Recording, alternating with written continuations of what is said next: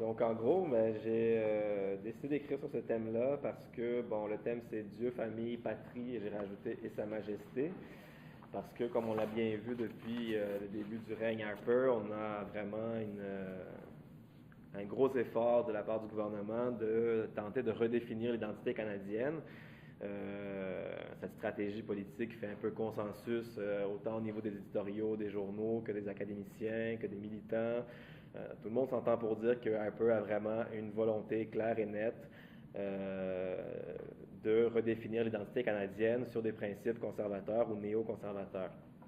C'est un peu ce que Trudeau avait fait, Pearson aussi dans les années 60-70.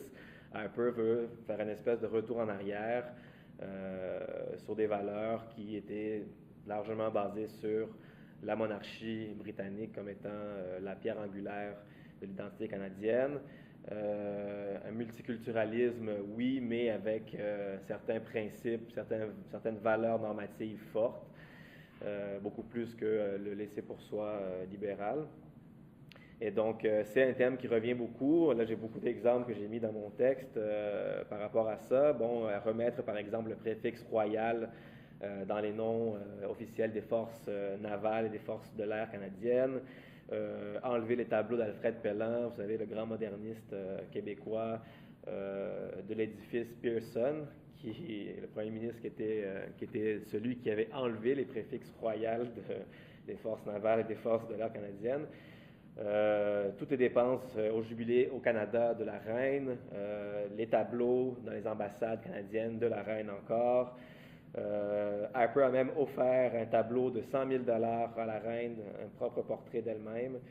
Bref, il y a plein d'exemples qui font en sorte qu'on voit clairement cette volonté du gouvernement de redéfinir ce que j'ai appelé l'imaginaire collectif des Canadiens. Donc c'est toute une stratégie politique qui se joue au niveau symbolique, qui est un niveau, selon moi, extrêmement fondamental dans la compréhension que les sociétés se font d'elles-mêmes, comment on se fait notre propre représentation de notre identité.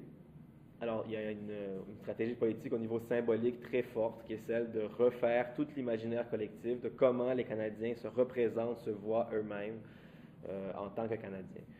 Donc ça s'insère dans le numéro 9 sur Harper, le néolibéralisme, le néoconservatisme de Harper au Canada. C'est le thème du numéro.